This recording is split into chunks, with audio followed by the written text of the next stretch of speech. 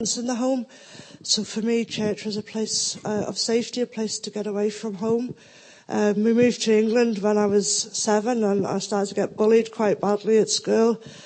And so really my childhood was just full of fear, and I became a very anxious person.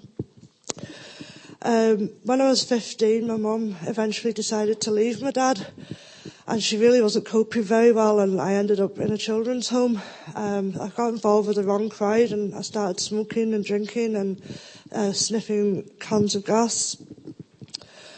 This went on for a number of years, and my life was just quite chaotic. But when I was 18, I met my husband. My husband was a hippie, and he introduced me to smoking cannabis. I'd gone through a number of years of feeling very angry and acting out a lot, and when I smoked cannabis, I found it kept me calm. And I thought this was the answer to all my problems, and very quickly it just became a way of life. I didn't even see it as doing anything wrong, it was just what I did. About a year after I met my husband, I was diagnosed with type 1 diabetes, and 4 months after that I fell pregnant with my first child. Life went on and was pretty normal. Other than smoking cannabis, I led quite a normal life. I went to church and took my kids to school, and everything was fine. When my next daughter was born, about 5 years later, I started to suffer from postnatal depression. Now, I'd had depression diagnosed when I was 11, but it had always been controlled by tablets. But at this time, it started to get bad. At the same time, my eldest daughter had been diagnosed with Asperger's syndrome, and I began to realise that I probably had this too, although it was many years later before I was officially diagnosed myself. And I'd also been diagnosed with fibromyalgia and osteoarthritis. So life just started to get quite tough. Every day I was dealing with all these illnesses and dealing with 2 young children, and 2 years later I fell pregnant for the third and final time. When my last daughter was born, she had a problem with her windpipe and was unable to suck or swallow, and so she was taken straight into intensive care, where she spent 4 months of her life. I only had her home a month when I had a complete mental breakdown and was sectioned. I ended up spending 6 months in a mental hospital, and while I was there, my husband left me and took the 3 children, and that was 10 years ago, and I haven't seen them since.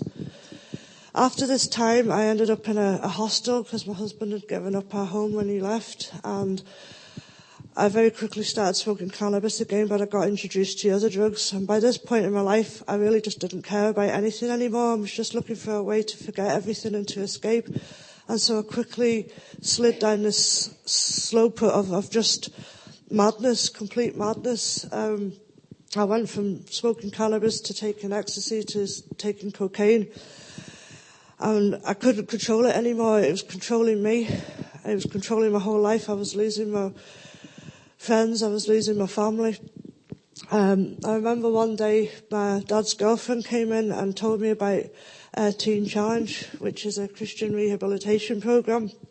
And she kept trying to, they did this like wee lunch, she kept trying to invite me to it, and I kept thinking, I can't go to anything like that. Although I used to go to church, my life's so different now, and, I wouldn't fit in, and I had all these excuses.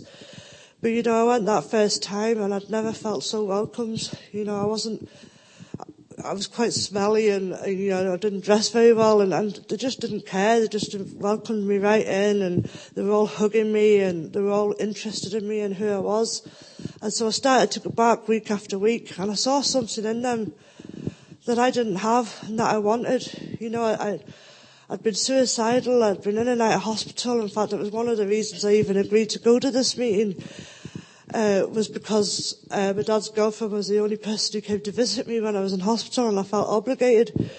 But I wanted what these people had, I really wanted what they had, and so I must have been going about 6 weeks or so before I committed my life to the Lord, and that was 4 years ago.